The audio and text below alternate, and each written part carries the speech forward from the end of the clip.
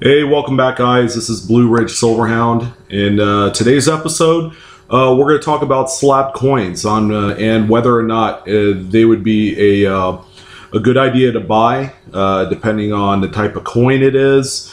Do you expect to pay any sort of additional, what they call juice or premium on the coin because it is slabbed? There's been this saying in the coin business, especially on the collector side of things, that you buy the coin, you don't necessarily buy the plastic or the slab. And in most cases that's true, except for maybe your ultra rarities, coins that tend to be counterfeited or copied in some point.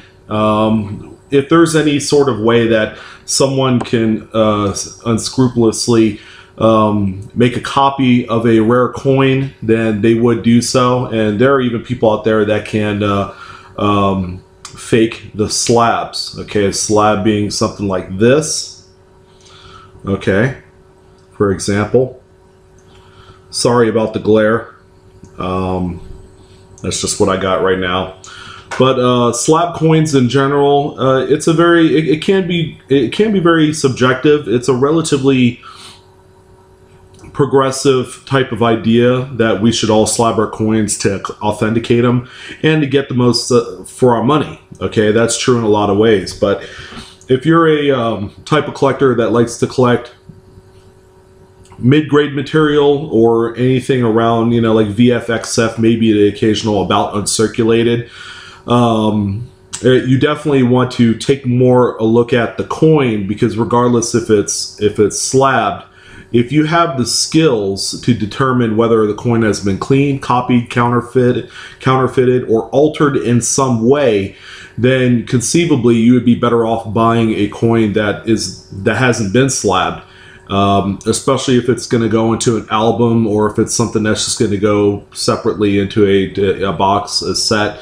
and what have you. So I have a few examples of coins that are slabbed that typically you will not get slabbed. All right, for example, these guys right here. I don't know if you can see that, but it's a Civil War token. Traditionally, Civil War tokens really don't need to be slabbed, so you can buy one of these and not have to buy one slabbed for any reason. There's no reason why you should have to pay any additional money for this type of coin whatsoever.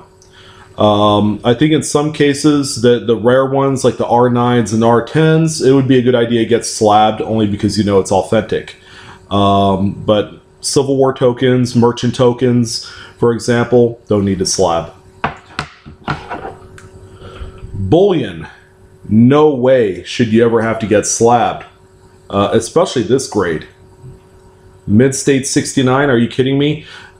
American Silver Eagles, when they come from the mint, are usually 69 and 70 coins.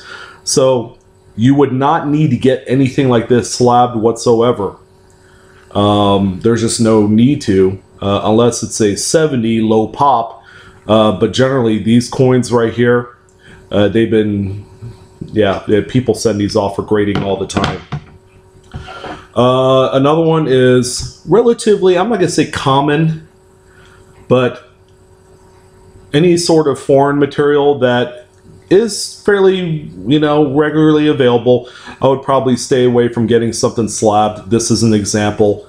Actually, I paid a little bit under market for this, as if the coin was not in the slab, but it's a nice dark XF. This one's XF45, as you can see right there. It's Mexican peso, one of my favorite. They call it a cabalito because you have the lady riding the horse, and it's just an absolutely sexy design that I admire.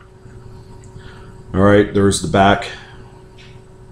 But anyways, that's one other coin I probably shouldn't get graded, and nor should you have to buy graded unless that's the only one available. And another one is, this is a 1864 Elon ribbon Indian head set. I don't know if you could see that too well. But these type of coins in this kind of grade XF40 VF, this is that prime example I was telling you about. You shouldn't have to get anything like this slabbed. Actually, I picked this from a dealer website that had great customer service, and actually has a repunch date on there. So I'm going to attribute it as such, and this is going to go in a collection. So in terms of eye appeal, okay, eye appeal is very important because there's a lot of ways to fake toning. 20 years ago, toning / tarnish was highly frowned upon because it was just an ugly look, especially on silver. It was just a coin's way of saying, I'm exposed to the air and the elements, and now I'm starting to turn a different color that's not that shiny blast white type of silver that collectors during that time really adored. So eye appeal plays a huge part in it. CAC stickers, Cac Stickers, is a secondary grading service that certifies the authenticator, if that makes sense. So they're like a second pair of eyes on these coins. Going back to, say, this coin right here, there would be either a green or a gold CAC sticker on the slab, which means it's been sent out to this company. It's a certification authentication corporation, acceptance corporation. Excuse me, took me a second. I don't use the service, but I have bought a few coins with the CAC sticker on it.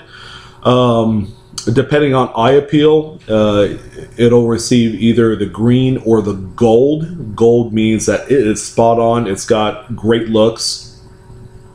If you could find coins with honest, true blue, attractive toning, that's definitely the way to go.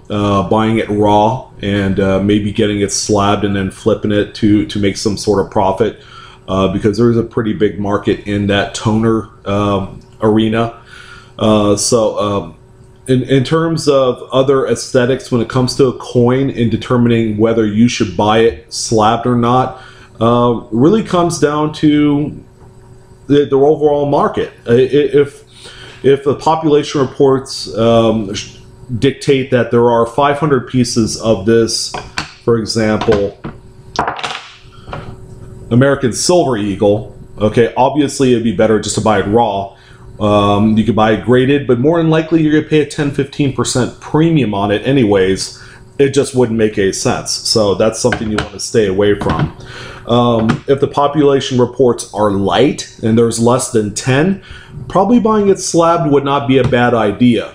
Especially the older generation slabs like the doilies and the rattlers, definitely a better idea, because the graders that had handled those particular pieces are a little bit more strict in their standards when it comes to the overall grading. I'm not going to say it's more lax, but I've seen some definite misgrades on a lot of coins. I've seen some XFs, AUs that look worse off, and I've also seen some AUs that really should be mint state. So buying the coin first and foremost is by far and away the most important attribute when buying graded coins or coins in general. I hope you guys found this information useful.